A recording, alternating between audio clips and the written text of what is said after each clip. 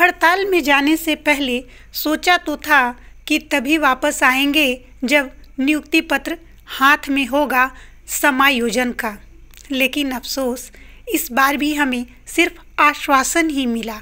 लेकिन हाँ, मन में विश्वास है कि इस बार का आश्वासन हम पूरा करके रहेंगे। यह मात्र आश्वासन नहीं रहेगा, यह आश्वासन जो है वह हमारी भावनाओं को ठेस नहीं पहुंचा सकता, हमें हमारे राह से विचलित नहीं कर सकता। भले ही 3 महीने का समय लिया गया है, इस 3 माह में यदि हमारी मांगें पूरी नहीं होती हैं तो हम फिर से जाएंगे, क्योंकि हौसले हमारे कम नहीं हुए हैं। हमने यह सोचकर हड़ताल को वापस लिया कि हम 3 महीने हड़ताल में रहकर जो इंतज़ार करेंगे, इससे अच्छा है कि हम 3 माह काम करके हम उस फैसले को सुने कि क्या सरकार का फैसला आता है। ये जो रास्ता आप देख रहे हैं, इन्हीं बीहड़ों से, इन्हीं सुनसान रास्तों से गुजरकर हम लगभग सभी स्वास्थ्यकर्मी अपने अपने क्षेत्र में जाते हैं। लगभग हर जगह ऐसी ही सुनसान सड़कें होती हैं, ऐसे ही खेत खलिहान होते हैं, ऐसे ही रास्ते होते हैं और सुदूर इलाकों में हम कार्य करने जाते हैं, जहां हम और सिर्फ हम होते हैं। वहाँ हमारी सहायता के लिए कोई नहीं होता। हमारी सहायता के लिए यदि कोई होता है तो सिर्फ और सिर्फ वो ईश्वर होता है, जिसने हमें विवेक दिया, जिसने हमें बुद्धि दी, जिसने हमें विद्याधन दिया, जिसके बल पर हम अपने कार्य क्षेत्र में अपनी योग्यता सिद्ध कर पाते हैं और लोगों के कार्य में सहायक बनते हैं, उनकी मदद कर पाते हैं। और उसी मदद के बदले हमें जो राशि दी जाती है, उस राशि से हमें हमारा घर चलाना भी काफ़ी कठिन हो जाता है। लेकिन सरकार को इसकी सुध नहीं, उसे ही सुध दिलाने के लिए हमने 40 दिन तक हड़ताल किया और उन्हें यह बताने, यह जताने का प्रयास किया कि यह हड़ताल हमारी शौक नहीं, मजबूरी है और हमारा समायोजन बिल्कुल ज़रूरी है। 17 वर्षों का कार्य अनुभव है हमारा। इतने लंबे समय तक कार्य करने के बाद यदि हमें कोई अयोग्य सिद्ध करता है तो वे हमें जवाब दें कि आखिर आपके लिए योग्य कौन है। जिनके पास इतने लंबे समय का अनुभव है वे, या फिर जो नवोदित हैं। हम ये नहीं कहते कि जो नवोदित हैं उनमें योग्यता की कमी है, उनमें योग्यता की कमी नहीं है, अनुभव की कमी ज़रूर है। अनुभव बहुत बड़ी चीज़ होती है और हम अपनी लड़ाई उसी अनुभव के बल पर ही लड़ रहे हैं। और यह भी हमें विश्वास है कि हम जो लड़ाई लड़ रहे हैं उसका फ़ायदा सभी को होगा।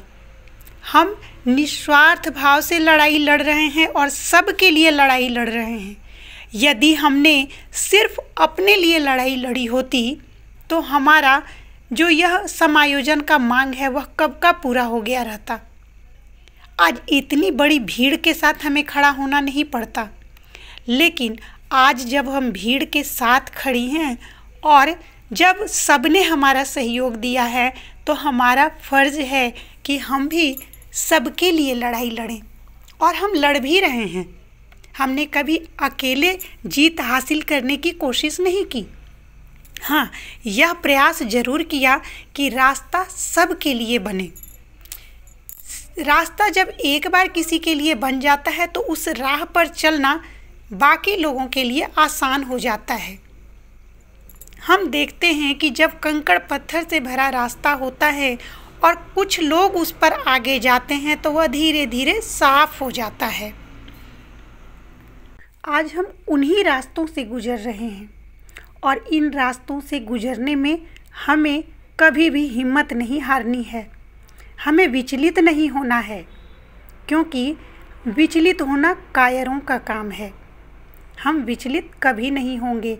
तभी तो रामधारी सिंह दिनकर ने कहा है, सच है विपत्ति जब आती है कायर को ही दहलाती है।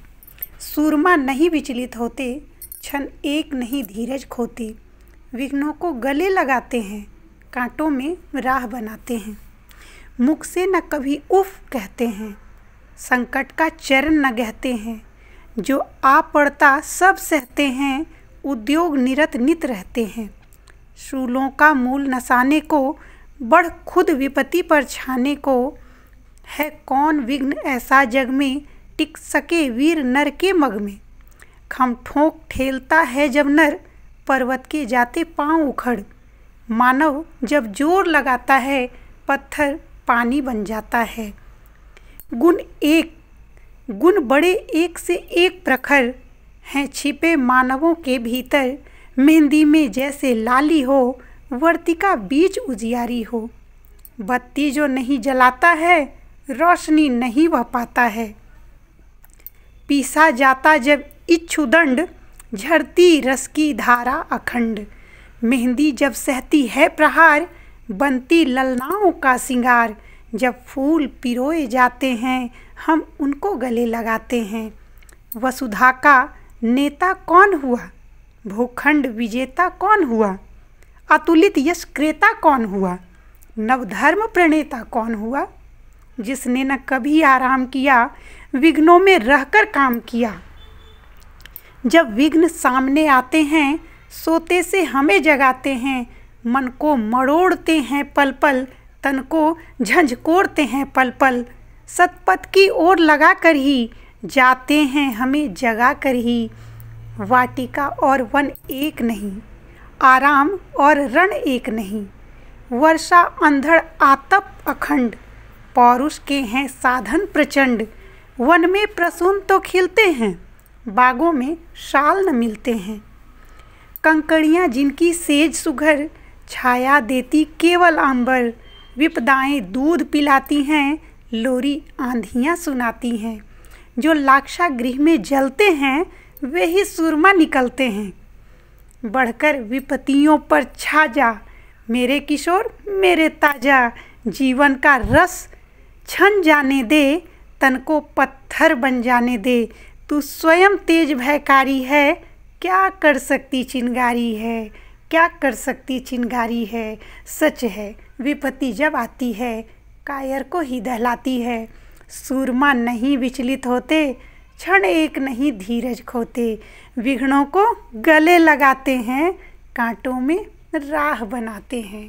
कांटों में राह बनाते हैं। और अब मैं अपने कार्यस्थल के बिल्कुल समीप आ गई हूँ।